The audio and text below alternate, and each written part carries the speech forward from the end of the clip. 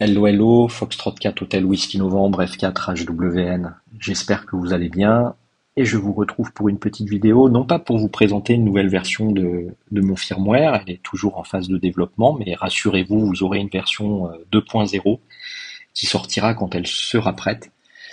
Mais je voulais rebondir sur, on va dire, un début de polémique dont je me suis tenu très éloigné, bien évidemment, qui a visiblement éclaté suite à une vidéo réalisée par Jean Bernard, F5 SVP, que je remercie d'ailleurs, qui s'était proposé de faire une vidéo de présentation de la prise en main du firmware que je développe avec l'installation du module Chirp permettant du coup de paramétrer, de programmer sa radio.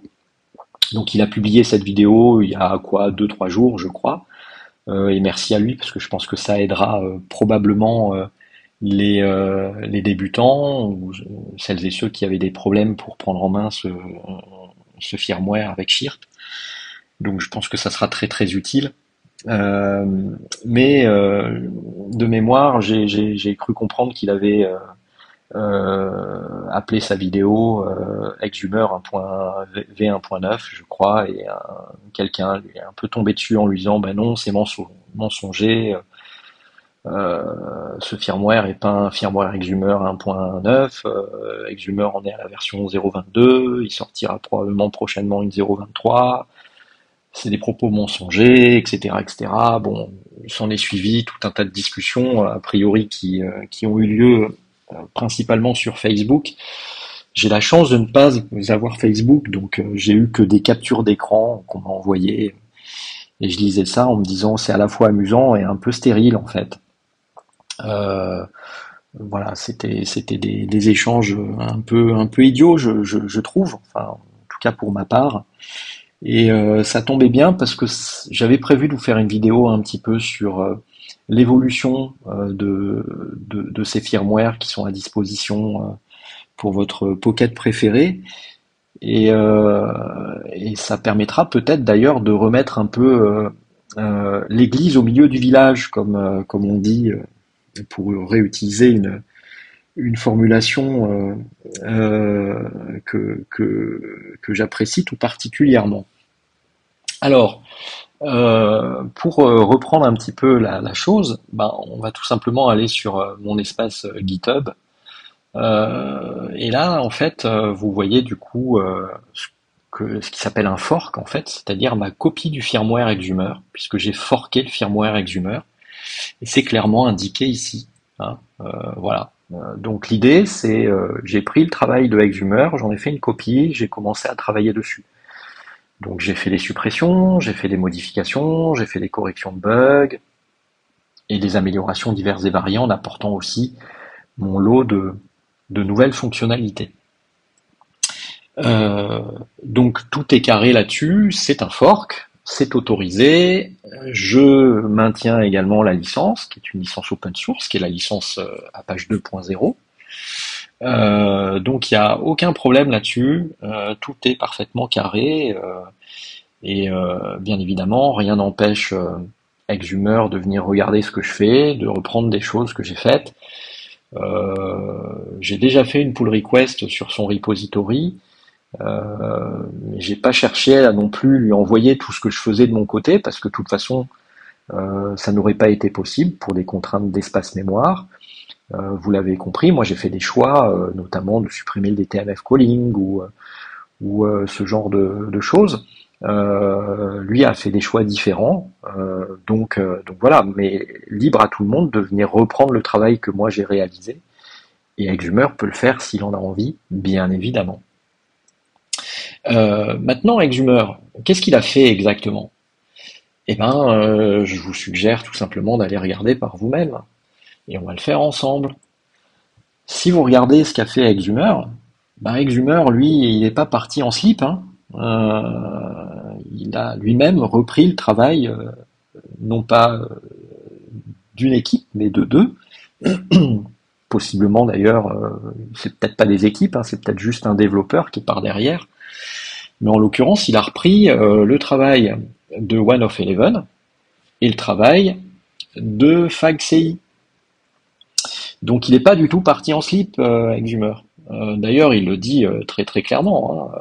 Voilà, il a mergé, c'est-à-dire qu'il a fusionné le firmware de, euh, de deux personnes différentes. Et ce qui est intéressant, c'est d'aller regarder à nouveau également ce que eux ont fait, comment est-ce qu'ils ont procédé. Et ben, si vous regardez le firmware de One of Eleven ou le firmware de FAGCI, alors on parle du firmware FAGCI, pas le firmware Reborn FAGCI, hein, c'est deux choses différentes. Ben, vous vous apercevez que l'un comme l'autre sont partis d'un fork, d'un firmware développé par Dual Tachyon. Et donc on va aller regarder. Hop, je vais le remettre là, comme ça on aura tout le monde dans le bon ordre. Et là, vous arrivez sur ce qui est probablement l'œuf ou la poule de l'histoire. Dual Tachyon, et j'en avais parlé dans un commentaire un jour où une personne me remerciait pour le travail important que je réalisais sur le firmware. Je disais, vous savez, s'il y a une personne à remercier, c'est cette personne-là, c'est Dual Tachyon. Parce que c'est lui, en fait, qui s'est lancé tout seul, même s'il a peut-être été aidé ensuite au fur et à mesure, mais il a eu l'initiative de se lancer dans tout simplement l'écriture d'un firmware ouvert pour le QuanChain K5. Et tout est parti de là. S'il y a quelqu'un qui a fait un travail énorme, c'est lui.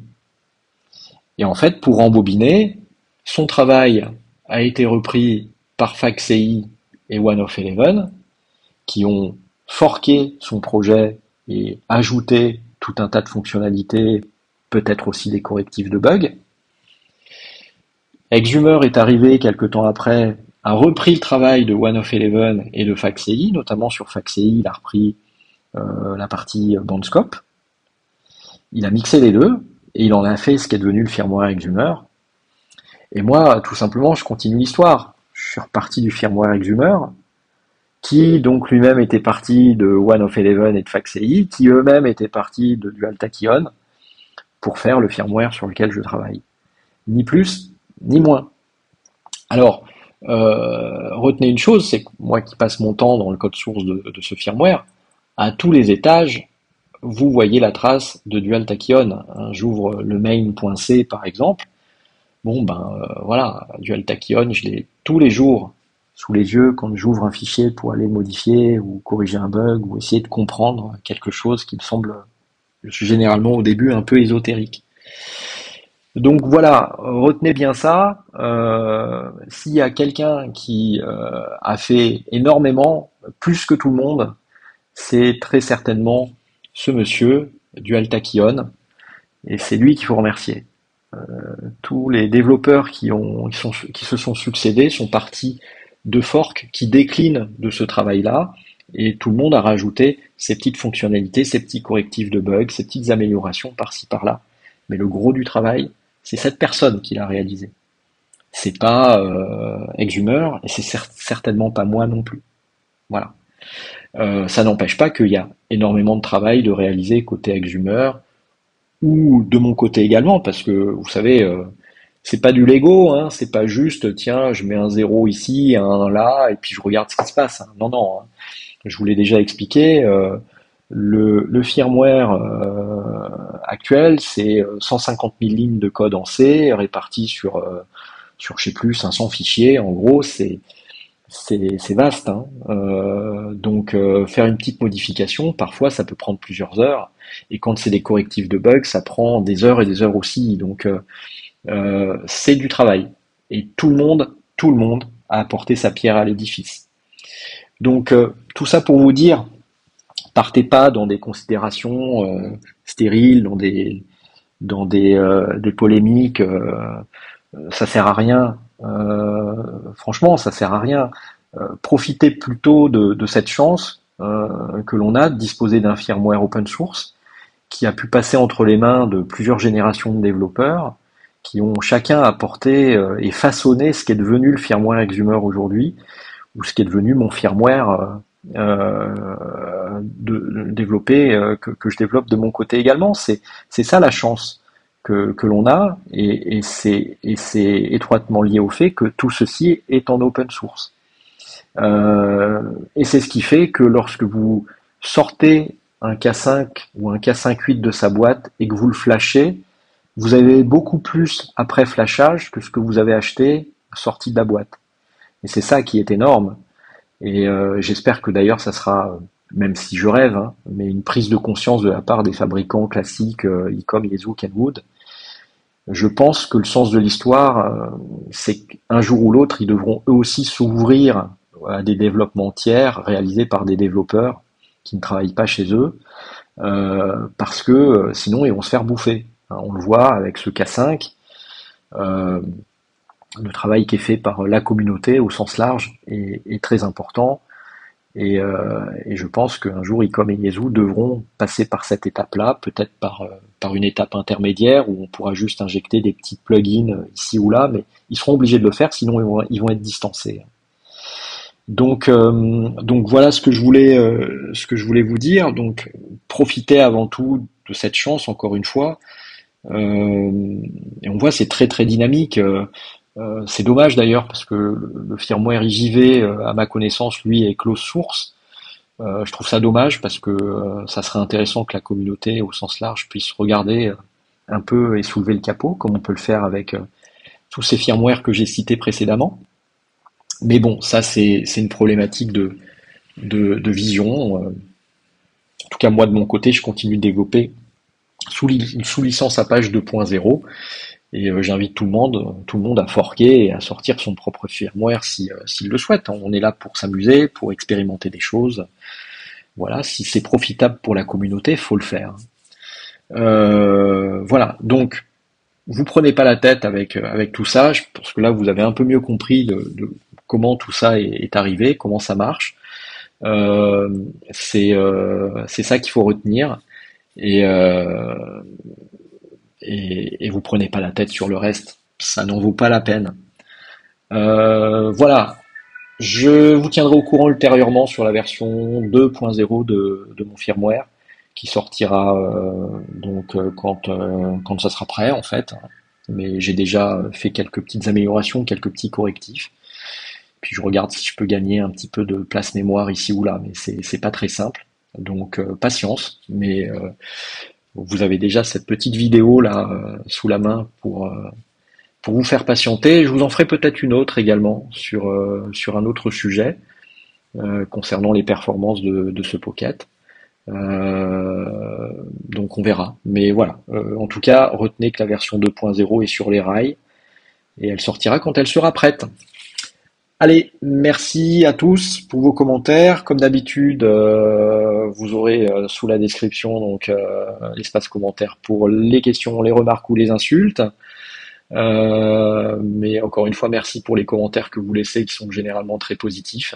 C'est très sympathique, ça me touche beaucoup. Et bah écoutez, à très bientôt, portez-vous bien, faites des trucs, amusez-vous, expérimentez, préparez votre licence si jamais vous l'avez pas encore.